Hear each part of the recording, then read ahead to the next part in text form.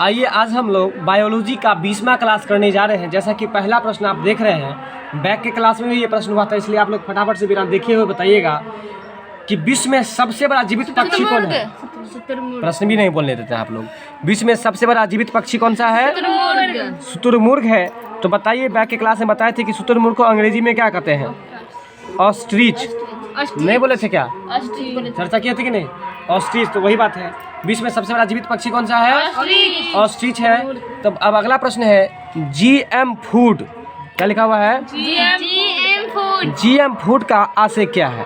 तो देखिए, GM food से आशय है जो आनुवांशिकतः परिवर्तित होता है। ठीक है, जो आनुवांशिकतः परिवर्तित है उसे हम लोग जीएम फूड कहते हैं। जरा ध्यान दीजिए, इस प्रश्न को आपको रटना पड़ेगा कि जीएम फूड से क्या आशय है भाई? तो जो आनुवांशिकतः परिवर्तित है, जो आनुवांशिकतः इसको आपको याद करना पड़ेगा, इसलिए रट लीजिए। देखिए, वैसे भी आनुवांशिक का अंग्रेजी होता है जेनेटिक्स होता है। क्या होता है? तो इसलिए देखिए, जीएम फूड है ना, तो जीएम फूड से क्या आशय है? आशय मतलब होता है अर्थ। क्या अर्थ है?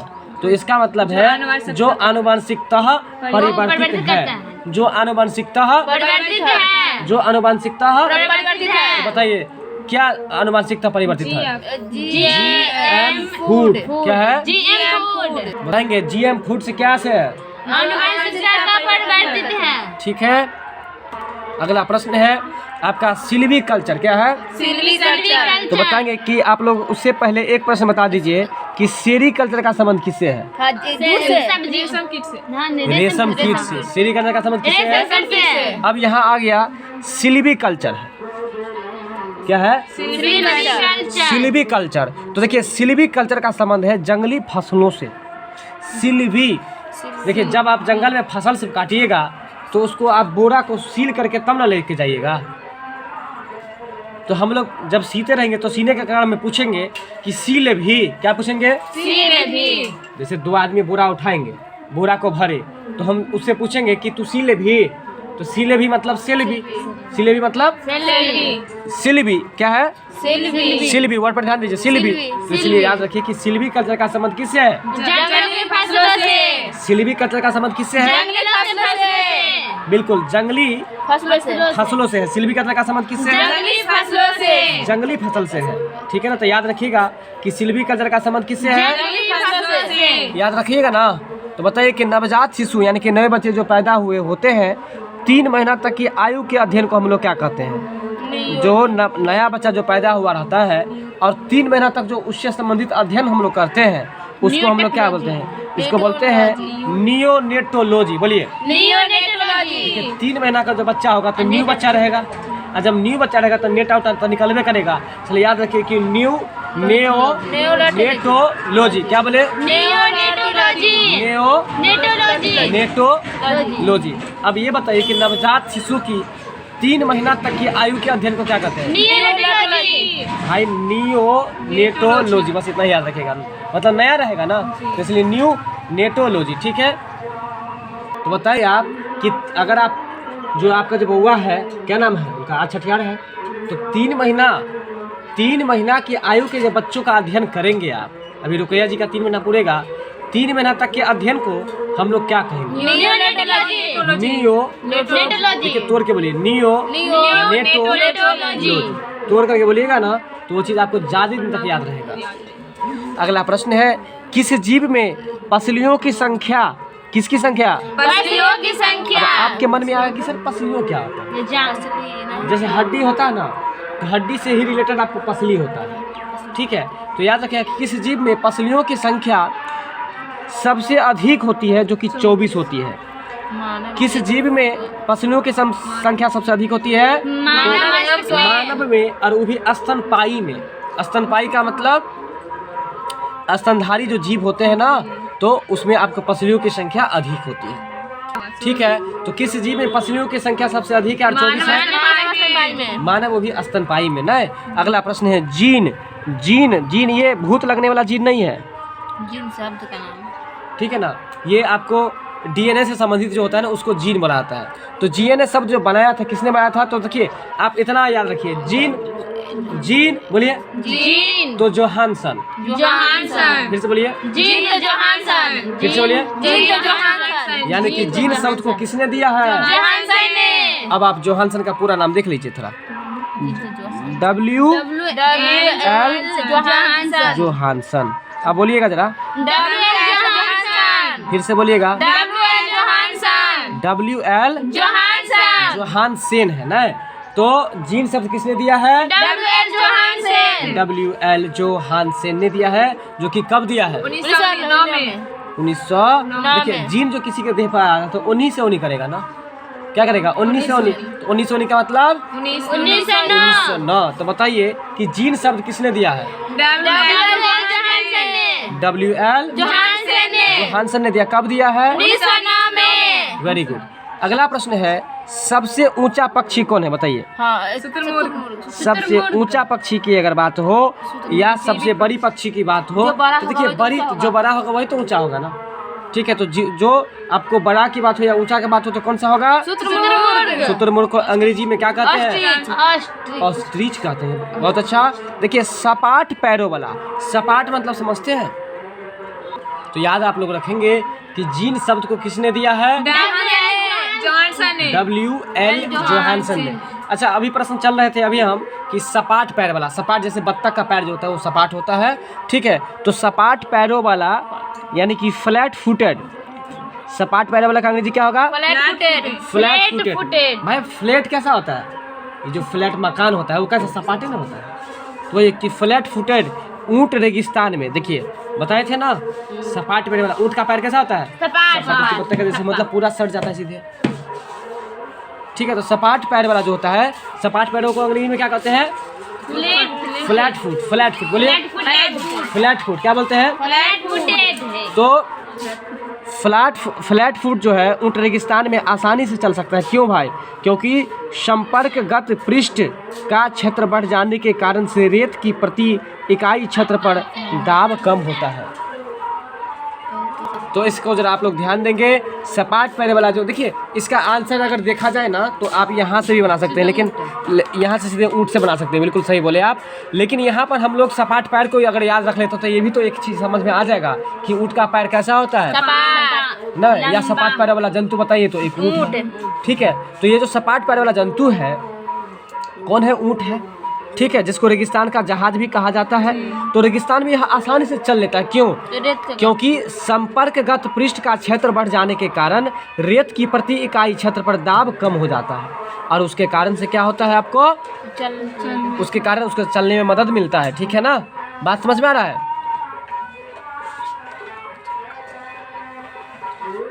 अगला प्रश्न है, शीतकाल में, किस टाइम में? शीतकाल मतलब कि आपको ठंडे समय में पौधे किस कारण पाले? देखिए शीतकाल जब ठंडा रहता है तो उसमें आप नहीं कहते कि आलू में पाला लग गया है, तो वही कहता है शीतकाल में पौधे किस कारण से पाले से मर जाते हैं? बताइए। क्योंकि उत्तकों की यांत्रिक क्षति हो जाती है। क्योंकि पौधे का जो उत्तक होता है ना, उसकी वो क्या होता है? यांत्रिक क्षति हो जाता है और उसका शुष्कन हो जाता है, और जिसके कारण से क्या होता है आपको? शीतकाल में जो है पौधे पीले हो जाते हैं, पौधे मर जाते हैं। ठीक है ना, शीतकाल में पौधा किस कारण से? पाले से मर जाते हैं। तो बोलिए कि उत्तकों की यांत्रिक क्षति होती है और उसका शुष्कन होता है। क्या होता है? शुष्कन होता है। प्रश्न समझ रहे हैं कि नहीं ये बताइए पहले आप लोग। क्या बोला है पता है प्रश्न है? हम प्रश्न बताए कि ठंडा के समय में जो पाले से जो मर जाते हैं पेड़ पौधा, ऐसा क्यों होता है? तो बोलिएगा कि क्योंकि उसका उत्तक जो है ना, क्या चीज़? उसका उत्तक, उसके उत्तक की यांत्रिक क्षति होती है, साथ में उसका शुष्कन होता है। दो काम होता है, यांत्रिक उसके उत्तक का ये यांत्रिक क्षति होती है और उसका शुष्कन होता है, जिस कारण से उस पर पाले लगने से वह मर जाता है। बात समझ में आया कि नहीं अभी भी? अगला प्रश्न है, मानव तथा अन्य जीवों में जीन आनुवंशिकता को नियंत्रित करते हैं, यह जीन क्या है? कहता है कि मानव और अन्य जीवों में जीन जो है आनुवंशिकता को नियंत्रित करता है। आनुवंशिक किसको नियंत्रित करता है? तो यह जीन क्या है? आपसे पूछ रहा है कि जीन क्या है, बताइए। गुणसूत्रों पर मन का जैसी संरचना है। जीन क्या है? गुणसूत्रों पर मन का जैसी संरचना है। जीन क्या है? गुणसूत्रों पर मन का जैसी संरचना है। गुणसूत्रों पर मन का जैसी संरचना है। बस इतना याद रखिए, जीन क्या है। देखिए इसमें इतना बात नहीं याद रखना, इस सबको कट कर दीजिए। इतना याद रखिए कि जीन क्या है। गुणसूत्रों पर मन का जैसी संरचना है। जीन क्या है? गुणसूत्रों पर मन का जैसी संरचना है। तो गुणसूत्रों पर मन का जैसी संरचना है। आप लोग की जीन क्या है? गुणसूत्रों पर मन का जैसी संरचना है। गुणसूत्रों पर मन का जैसी संरचना है।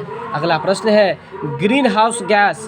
तो बताएंगे आप लोग। कार्बन डाइऑक्साइड को कहा जाता है। बिल्कुल, ग्रीन हाउस गैस या हरितगृह गैस जो कहेगा, तो उस दिन आपको बताए थे बैक के क्लास में। तो green house gas nitrous oxide और मीथेन गैस पैदा करने की सर्वाधिक संभावना किस जीव में होती है? बताइए। जीवाणु में। तो देखिए ये प्रश्न बहुत अच्छा है।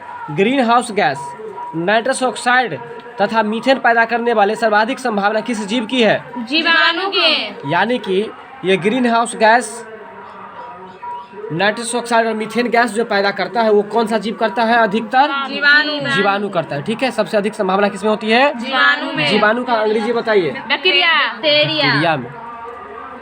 चलिए मानव चक्षु में, चक्षु मतलब आप बताइए।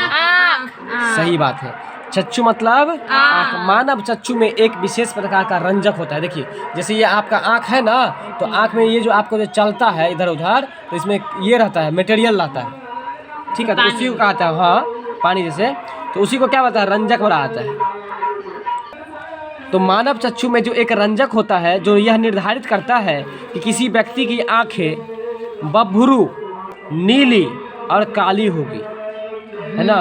वो क्या निर्धारित करता है कि आपको नीली होगी या काली होगी, वह रंजक पाया जाता है। रंजक कहाँ पाया जाता है? तो परितारिका में। बस इतना ही बात याद रखिए कि मानव में जो रंजक पाया जाता है वो रंजक कहाँ पाया जाता है? परितारिका में। तो मानव चक्षु में जो रंजक होता है वो रंजक कहाँ होता है दीदी बताइए? परितारिका में। वो होता है आपको परितारिका में होता है। और परितारिका का अंग्रेजी क्या होता है ये बताइए? आइरिस होता है। क्या होता है? आइरिस होता है। तो बताइए कि आइरिस में क्या पाया जाता है? तो बोलिएगा कि एक प्रकार का रंजक पाया जाता है जो आपको आँख के बभ्रू को स्पष्ट करता है कि नीला होगा या काला होगा। ये बात क्लियर हुआ कि नहीं आप लोगों को? अगला प्रश्न है डीपीटी। क्या है? डीपीटी टीका जो दिया जाता है, तो बताएंगे आप लोग कि डीपीटी टीका जो दिया जाता है, डीपीटी टीका जो दिया जाता है, बात समझे? किस बीमारी में दिया जाता है बताइए आप लोग? रोहिणी, कुकुर खांसी, टिटेनस रोगों से बचाव के लिए। ये 3 रोग हैं। बताइए। रोहिणी है, रोहिणी है ना, और टिटनस। अब आपके मन में ये प्रश्न उठेगा कि भाई रोहिणी तो आदमी का नाम होता है, ये कौन सा बीमारी है? रोहिणी नक्षत्र का भी नाम होता है। ठीक है, लेकिन याद रखिए रोहिणी जो है वह आपको डिप्थीरिया बीमारी का दूसरा नाम है। किस बीमारी का नाम है? डिप्थीरिया बीमारी का दूसरा नाम है। तो ये तो आप प्रश्न पहले ही से जानते हैं कि डिप्थीरिया में, काली खांसी में और टेटनस में, इसमें आपको डीपीटी टीका लगाया जाता है। क्या होम साइंस से ही पढ़ते आ रहे होंगे आप लोग? डिप्थीरिया, काली खांसी और टेटनस, इस 3 में आपको 3 बीमारी में आपको डीपीटी का टीका लगाया जाता है। बात समझ में आ रहा है? तो याद रखिएगा आप कि डीपीटी का टीका जो लगा दिया जाता है वो किस बीमारी से बचाव के लिए? रोहिणी, कुकुर खांसी और टेटनस, जिसको हम डिप्थीरिया भी कह सकते हैं, रोहिणी को नहीं। अगला प्रश्न है हृदय और उसकी बीमारियों के अध्ययन को हम लोग क्या कहते हैं बताइए? कार्डियोग्राफी। देखिए हृदय से, जैसे हृदय है ना, तो हृदय में हम लोग हृदय का जब जांच कराने के लिए ले जाएंगे ना, तो कार्ड लगा के चेक करेगा। बस समझे, ऐसा सोच लीजिए आप। इसलिए हृदय के बीमारी का जो अध्ययन करेंगे, क्या करेंगे? हृदय और उसकी बीमारियों का अध्ययन जो करेंगे उससे संबंधित विज्ञान को हम क्या कहते हैं? कार्डियोलॉजी कहते हैं। बताइए, पहले से पता था कि ना आप लोगों को? अगला है सिट्रस फल। कौन सा फल है? सिट्रस फल। सिट्ठी किस आप लोग जूस बनाते हुए देखे हैं? क्या चीज का जूस बनाते हुए देखे हैं? संतरा का। तो संतरा का जूस बनाने का देखिएगा अंतिम में क्या निकलता है? सिट्ठी। तो सिट्ठी से याद कर लीजिए सिट्रस। ठीक है ना, सिट्रस। तो सिट्रस फल में कौन सा विटामिन पाया जाता है? सिट्रस फल में कौन सा विटामिन पाया जाता है? बताइए। विटामिन सी सबसे अधिक किसमें पाया जाता है? आंवला में पाया जाता है। अगला प्रश्न है, ये प्रश्न भी आप लोगों को आता है, ध्यान दीजिए। मानव शरीर में आप लोगों को पता है, पहले से बता दीजिएगा। पहले मानव शरीर का ऐसा कौन सा ग्रंथि है जो शरीर के ताप का नियंत्रण करता है? हाइपोथैलेमस ग्रंथि। बताए थे कि नहीं बताए थे? पहले ये बताइए आप लोगों को कि नहीं याद है? हाइपोथैलेमस ग्रंथि होता है। नहीं, अब तो देखने का फायदा उठा लेते हैं। मानव शरीर में वे नियंत्रण केंद्र है जो भूख, पानी का संतुलन और शरीर के तापमान को विनियमित करता है। विनियमित का मतलब होता है कंट्रोल करना, नियंत्रण करना, ठीक है। तो बताइए क्या क्या चीज़ का नियंत्रण करेगा? बताइए। भूख का, पानी संतुलन करेगा और शरीर के। तो देखिए, जब भी आपको क्या होता है, बुखार जो लगेगा ना, तो बताएंगे आप लोग। हाँ, जब बुखार लगता है आपको तो प्यास लगता है कि नहीं? भूख कम हो जाता है कि नहीं हो जाता है? तो वही कहता है कि भूख का भी नियंत्रण करता है, पानी का भी नियंत्रण करता है और साथ में ताप भी बढ़ जाता है, तो उसको नियंत्रण करता है कौन ग्रंथि? याद रखिएगा। इससे पहले हम लोग हाइपोथैलेमस के बारे में एक ही चीज पढ़े थे कि शरीर के तापमान को नियंत्रण कौन करता है? लेकिन आज हम लोग पढ़े कि हाइपोथैलेमस ग्रंथि का 3 काम है। बताइए कौन कौन से काम है? भूख और पानी का संतुलन बनाए रखना, शरीर का तापमान संतुलित करके रखना, यह आपको हाइपोथैलेमस ग्रंथि का काम है। बताएंगे आप लोग कि हाइपोथैलेमस ग्रंथि का क्या क्या काम है। भूख, प्यास, चलिए, अब आपका अगला प्रश्न है, मलेरिया से संबंधित है। तो बताएंगे आप लोग कि मलेरिया में कौन सा अंग प्रभावित होता है? Very good. मलेरिया संक्रमित जो होता है वो आपको किस मच्छर को काटने से? मादा। देखिए, मौ से मलेरिया, अब मौ से मादा एनोफिलीज मच्छर, ठीक है ना। मलेरिया होता है मच्छर के काटने से। वो भी कौन मच्छर? मेल की फीमेल? मादा है तो मेल है। भाई, मादा मतलब महिला होता है, औरत होता है, ठीक है ना। तो इसलिए याद रखिएगा कि मलेरिया किस मच्छर को काटने से होगा? मेल मादा एनोफिलीज। मेल फीमेल नहीं याद रहता है, बता देते हैं। देखो, एम से मेल हुआ तो एम से मर्दावा हुआ, एफ से फीमेल हुआ, एफ से फीमेल हुआ तो फीमेल से फ से फराक बनेगी। बस हो गया याद, इसी से याद रख लेना, ठीक है। अगला है, हल्दी आप कहाँ से प्राप्त करते हैं? बताइए।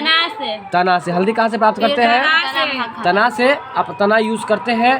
क्लोरोक्विन, क्लोरोक्विन जो है, यह आपको, क्लोरोक्विन एक दवा है, ठीक है।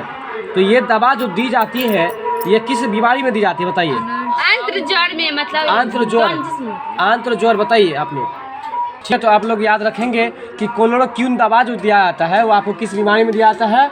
ये आपको आंत्रज्वर में। आंत्रज्वर का मतलब होता है आपको टाइफाइड बीमारी, जिसको हम लोग मियादी बुखार भी कहते हैं। तो याद रखिएगा कि क्लोरोक्विन जो दी जाती है आपको, ये दवा कब दी जाती है? टाइफाइड बुखार में। और टाइफाइड बुखार को हम लोग मियादी बुखार भी कहते हैं, क्योंकि इसमें टाइफाइड जो होता है ना, यहाँ 2 प्रश्न बन रहा है कि टाइफाइड में शरीर का कौन सा अंग प्रभावित होता है? मतलब आपका आंत प्रभावित होता है। इसलिए याद रखिएगा कि आपको क्लोरोक्विन दवा जो है वो जो दी जाती है वो किस बीमारी में दी जाती है? टाइफाइड में। टाइफाइड को हिंदी में क्या कहते हैं? आंत्रज्वर। क्या कहते हैं भाई? आंत प्रभावित होता है ना, तो आंत में प्रभावित होता है, इसलिए आंत्रज्वर। ज्वर मतलब बुखार होता है। नहीं समझ में आया अभी भी? अगला प्रश्न है, वह पौधा जो अपने भोजन के लिए कीटों को पकड़ के खाता है। देखिए, वह पौधा ऐसा पौधा है जो अपना भोजन जो करता है तो कीटों को पकड़ लेता है, उसका नाम है, मतलब वो कीट खाता हुआ पौधा, ठीक है। उस पौधा का नाम है यूट्रिकुलेरिया। बोलिएगा जरा। यूट्रिकुलेरिया। पौधा का क्या नाम है? यूट्रिकुलेरिया। तो बताइए, यूट्रिकुलेरिया अपना भोजन कैसे और क्या करता है? मतलब अपना भोजन के लिए वह कीटों को पकड़ के खाता है, ठीक है। कीटों को पकड़ लेता है और भोजन करता है। बात समझ में आ रहा है? यूट्रिकुलेरिया है, ये सही है। मतलब देखिए, उसमें क्या होता है कि उसमें एक विशेष प्रकार का गंध होता है और वो इस तरह से फूलका हुआ रहता है। जैसे कीड़ा आता है तो उसमें वो फंस जाता है, ऐसे बंद हो जाता है, समझे? तो देख लीजिएगा आप सर्च करके। यूट्रिकुलेरिया पौधा जो है वह अपना भोजन कैसे करता है? जीवों की भाषा है। भोजन के लिए कीटों को पकड़ लेता है ना। अगला है डीएनए। क्या है? डीएनए डीएनए संरचना का मॉडल किसने दिया है? वाटसन और क्रिक ने। डीएनए का मॉडल किसने दिया है? वाटसन और क्रिक ने। वाटसन और क्रिक दो आदमी मिलकर के डीएनए का मॉडल दिया है। किसने दिया है? वाटसन और क्रिक बिल्कुल। ने। और यहाँ पर एक प्रश्न ये भी याद रखिएगा, इसी प्रश्न को ऐसे भी पूछ सकता है कि डीएनए का डबल हेलिक्स मॉडल किसने दिया? वाटसन ये और भी इसका आंसर क्रिक आपको ने। वाटसन एवं क्रिक बैक के क्लास में भी ये प्रश्न हुआ ही था, इसलिए ज़्यादा चर्चा नहीं करेंगे। अगला है हाथी मगर। मगर का मतलब? मगरमच्छ। बताइए तो एक प्रश्न आप लोग कि कौवा रहता है पेड़ पर तो मगर कहाँ रहता है? पानी में। पानी में। सही बात है। कौवा रहता है पेड़ पर तो मगर कहाँ रहता है? पानी में। मगर मतलब कोई यहाँ मगरमच्छ है, मगरमच्छ पानी में रहता है। ठीक है, तो हाथी मगर। स्वान मतलब क्या होता है बताइए? स्वान मतलब कुत्ता। स्वान मतलब कुत्ता। कछुआ में सबसे लंबी जीवन अवधि किसकी होती है? कछुआ मतलब की। सबसे ज्यादा समय तक कौन जीता है? कछुआ जीता है। तो बताइए आप लोग कछुआ का एक प्रजाति का नाम बताना है। Olive Ridley. क्या है? Olive Ridley. Olive Ridley. Olive Ridley यह कछुआ की एक प्रजाति का नाम है। बात समझ में आ रहा है? तो चलते हैं अगले प्रश्न पर। आइए, अगला प्रश्न है आपका, कौन सा प्राणी है जो सबसे बड़ा बच्चा पैदा करता है? हाथी। पीछे क्लास में हुआ था, इसलिए इसको बताने की कोई जरूरत नहीं है। अगला है टेमी फ्लू। टेमी फ्लू एक दवा है। टेमी फ्लू क्या है? एक दवा है, एक औषध है। दवा मतलब औषध है। तो वो औषध जो है वो किस बीमारी का है? Blood blood flu. ब्लड ही बार बार बोलते हैं। Bird flu. तो बताइए कि बर्ड फ्लू जो बीमारी है उसके वायरस का क्या नाम है? H5N1। बताइए कि टेमी फ्लू जो एक प्रमुख औषधि है, यहाँ दो प्रश्न बनता है। टेमी फ्लू क्या है? एक औषधि है। और इस औषधि का प्रयोग कहाँ पर क्या आता है? बर्ड फ्लू में। तो बर्ड फ्लू के वायरस का नाम? H5N1। H5N1 समझ गए? अगला है शकरा या मंड। शकरा या मंड के किण्वन से क्या प्राप्त होता है? शकरा या मंड के किण्वन से क्या प्राप्त होता है? तो एथेनॉल। क्या होता है? ये एथानॉल लिख दिया जो कि गलत है, एथेनॉल होगा। ठीक है, क्या होगा? एथेनॉल। तो बताइए कि शकरा या मंड के किण्वन से क्या मिलता है? इस प्रश्न को आपको याद रखना पड़ेगा कि शकरा या मंड के किण्वन से क्या प्राप्त होता है? एथेनॉल प्राप्त होता है। बताइए कि टेमी फ्लू क्या है? इस पर क्यों देखते हैं? टेमी फ्लू एक औषधि है, दवा है। किस बीमारी का दवा है? बर्ड फ्लू बीमारी का दवा। बर्ड फ्लू का है। और इसका वायरस का नाम बताइए। H5N1। बहुत अच्छा। अब है अगला प्रश्न आपको, जो आपको पहले से आता है। प्रश्न रिपीटेशन है। मानव के शरीर का ताप अस्थाई को अंग्रेजी में हम लोग थर्मोस्टेट कह सकते हैं। ताप अस्थाई को अंग्रेजी में क्या कहेंगे? थर्मोस्टेट कह सकते हैं। तो यह ताप को अस्थाई करने के लिए कौन सी ग्रंथि? हाइपोथैलेमस ग्रंथि ना। तो याद रखिएगा कि हाइपोथैलेमस ग्रंथि आपको केवल ताप ही नियंत्रण नहीं करता, वह भूख और पानी को भी नियंत्रण करता है। मानव जीनोम परियोजना का नेतृत्व किया था। देखिए एक नया प्रश्न फिर आपके लिए। मानव जीनोम परियोजना का नेतृत्व किसने किया था? तो फ्रांसिस क्रिक है और जेम्स वाटसन है। देखिए ये प्रश्न थोड़ा कठिन है आपके लिए, एक नया है इसलिए कठिन महसूस होगा।